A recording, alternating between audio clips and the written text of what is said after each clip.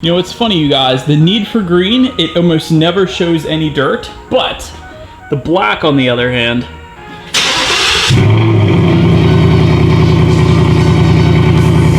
so welcome back to another one, you guys. If you are new to the channel, I am Gold Pony. I review cars. Behind me is Stangosaurus. Today we're going to be having some fun with her because we have plenty of modifications in the garage right now. Let me show you guys. These, of course, being the wheels, and I will leave them for a surprise for you guys unless you want to try guessing them in the comments section, but probably not going to get them, but I am very excited to get those put on.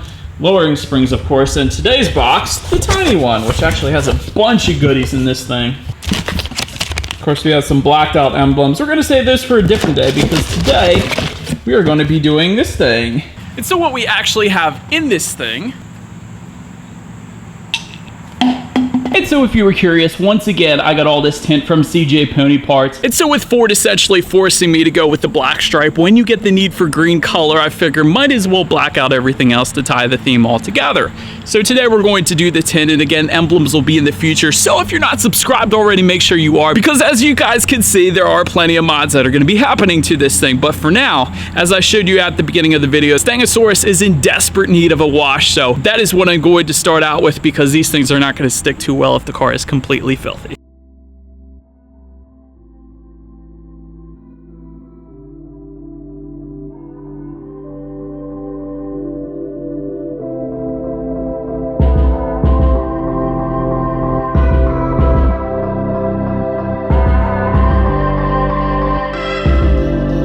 I think we are going to start with this portion right here because that has to go if we're going for the green and black theme. So what you actually need to get this done is, first off, a lawn chair. You got to be comfortable when you're doing stuff like this. Second, a nice drink. Got to make sure you're completely relaxed when you're doing any kind of installation. But what you will actually need to apply the tint is Windex to start off. What I'm going to do is I'm going to spray that. I'm going to wipe it down.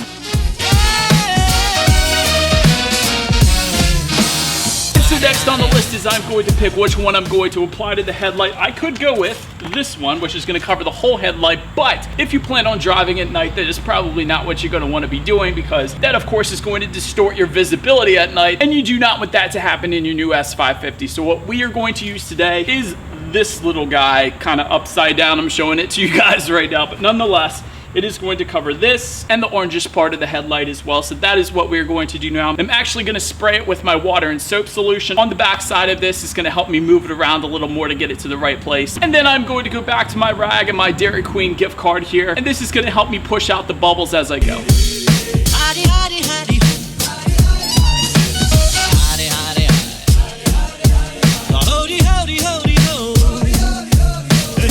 So then to help the tint stay in place, what I'm going to use is my heat gun. This one is the Ceramic Extreme Gibre de Paris. You can get it at your local Ulta if you wish to. Pink ones are typically more powerful. Unfortunately, I do not have a pink one like my friend Xander13, who also recently did this with his 2019 Mustang, so feel free to subscribe to him if you like. But nonetheless, I'm going to give this a shot, and we are going to apply some heat. Hopefully this thing stays in place.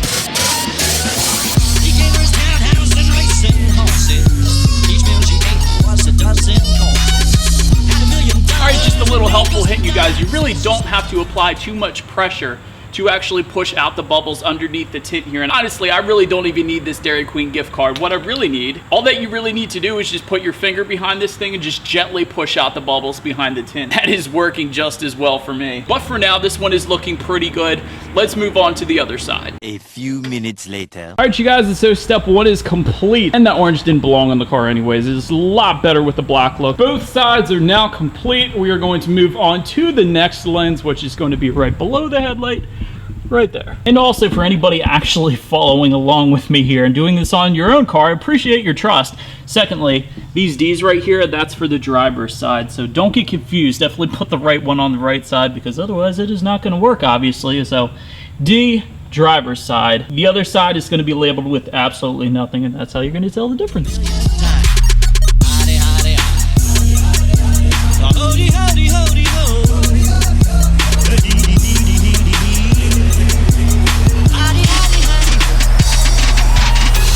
Alright, so another tip for you guys here. This thing, I've been having the hardest time with this little bit that kept coming up in the corner and everything. I just realized you can actually push this headlight in. So I'm going to push it in and push that down, and that is going to help me get this one looking just right. So in case you guys didn't know and you're doing this along with me, push this light in, and that's how you're going to get that corner to fit inside the front bumper there. All right, so the front is complete. Absolutely love it. This looks a million times better than what it did. So gotta say, that bottom light right below the headlight there, that was a royal pain in the butt, let me tell you. But once I realized I could push the light back, it made the other side a whole heck of a lot easier to manage. I think it turned out pretty darn good in the front. So we are going to continue the fun now in the back, because there are some lights in the back we got to knock out as well. For instance, we got that tiny little clear light on the top there that is clear. We're going to make that black to match the stripe. Then you have the rear corners in the back there. Those are going to be black. We got to finish that. Reverse light, of course. And lastly, the most time intensive and pain in the butt, I am sure, because of the shape, the tail lights are going to be the last thing we do. So let's get started in the back now.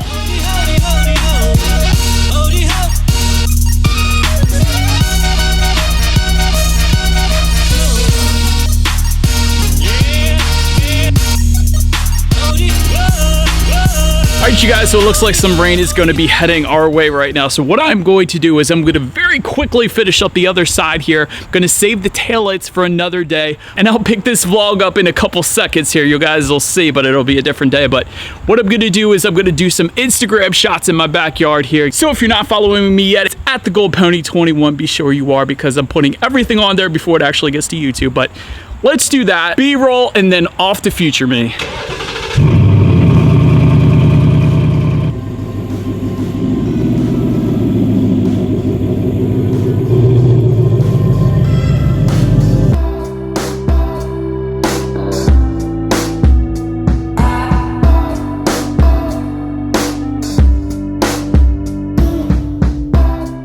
The next day. Alright, we are back. Thank you for the intro past me. As promised, today we're going to be finishing up the taillights on Stangosaurus here. Hopefully they turn out good. Every video that I've watched, CJ Pony Parts, they've all said taillights are the most difficult tint to apply to the new Mustang because of all the angles associated with them. So we'll have to see how this turns out. I hope it turns out good, but enough talking, let's just get started.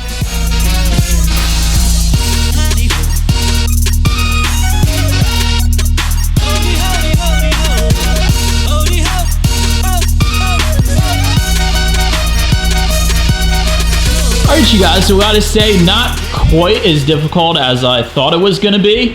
The key to the taillights, really, if you guys are following along with me, is to move the tint around while you're actually applying the heat gun, because the heat is really gonna be your best friend when you're doing the taillights, at least, because it helps push out the bubbles as you actually go. So definitely would recommend doing that. But that is not too bad. I'm definitely kind of happy with the way that turned out. So let's go ahead and time lapse the other two on this side and continue here, and hopefully this is going to turn out pretty sweet.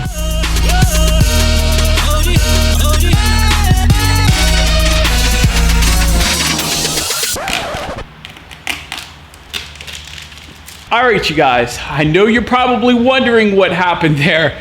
Honestly, the first side of that taillight went perfect, and that corner I thought was going to be the most difficult part of the taillight actually went flawless. But when I got to the middle part of the taillight, that second one completely screwed that one up horribly.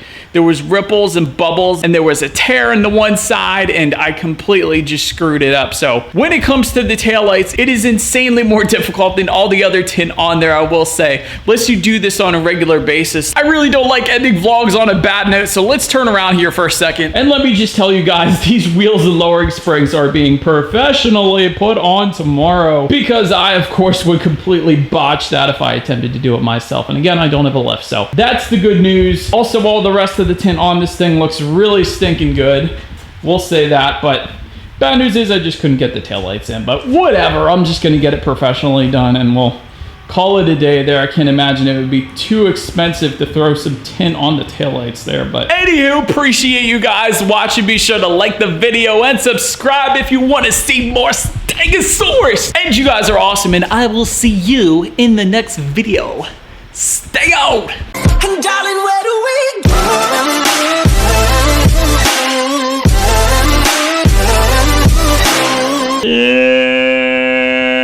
Thank you for